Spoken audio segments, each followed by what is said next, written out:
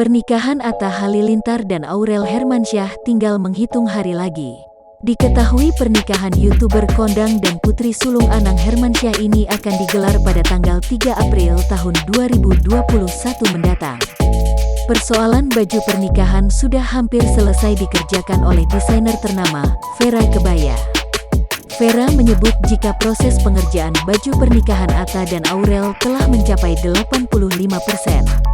Hal tersebut ia ungkapkan dalam kanal YouTube KH Infotainment yang tayang pada Rabu, tanggal 31 Maret tahun 2021. Baju pernikahan yang ia garap kemungkinan akan selesai sekitar 1-2 hari lagi. Di sisi lain, konsep baju pernikahan yang akan digunakan Aurel dan Atta adalah mengusung adat Jawa dan Minang. Adat Jawa digunakan Aurel dan Atta saat akad nikah. Karena konsepnya Aurel adat Jawa, jadi ada unsur batik-batiknya, untuk menunjukkan ada unsur adat Jawanya, ungkap Vera. Sedangkan saat syukuran pernikahan, mereka memutuskan untuk mengusung konsep Minang.